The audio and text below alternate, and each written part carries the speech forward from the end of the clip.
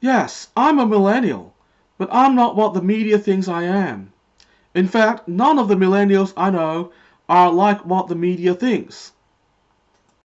Welcome back to Tarella TV, where we examine cultural and political issues from a truth oriented and constructive problem solving perspective. Today, I want to talk about my thoughts on Dr. Debra Soh, who has written a book about gender issues, including trans issues, and has been going to many media outlets to talk about her views on these matters. I haven't read the book, so I will focus on her media appearances. I've been following Dr. Soh's media interviews for a while, and I honestly have mixed thoughts so far. On one hand, I appreciate that she is basing everything in the science and the facts and is not referring to any sociological theory or postmodern philosophy.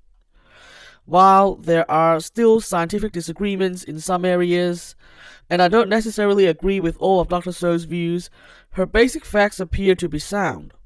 I totally agree with the need to stress that reproductive sex and gender are both biological, they are not social constructs.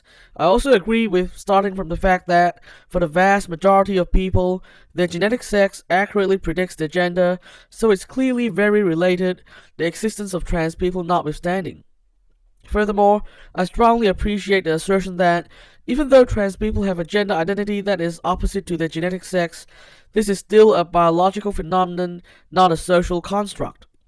I think these statements are all very clear reflections of the empirical facts. Coming from an Asian cultural background, I especially appreciate people basing their arguments on the facts because scientific facts, especially those coming from experts, are very well respected in modern Asian culture. Philosophical fluff, on the other hand, is generally dismissed in our culture. Talking about the science certainly helped to bring my family along back when I had to come out to a family who didn't even know that trans people existed at all. On the other hand, I am slightly concerned that Dr. Soh has been mainly talking to conservative media outlets, some of whom are known for not being very trans friendly, and that she hasn't been pushing back much in those interviews. For example, what I got out of her interview with Ben Shapiro was that while she plainly stated her differences with Shapiro, she also sort of minimized them and didn't go on to further explore those differences enough, which could have been educational for his audience. If I were in that interview, I would probably have challenged Shapiro a bit on his views, which certainly don't make any sense to me. I mean, I respect Shapiro's right to free speech, and hence his right to believe that pronouns must be based on biological sex, but I really don't see the point of this.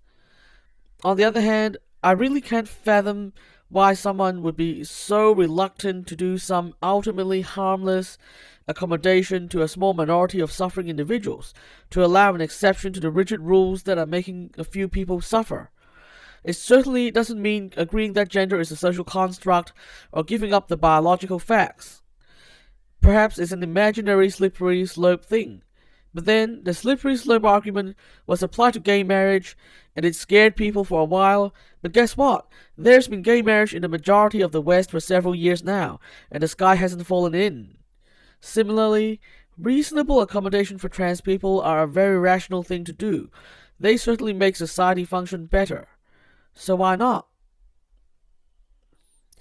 That's all for today. I'll be back next time to discuss another big idea. Subscribe if you want to follow our story. And remember to resist the hive mind and stay positive. The world depends on it.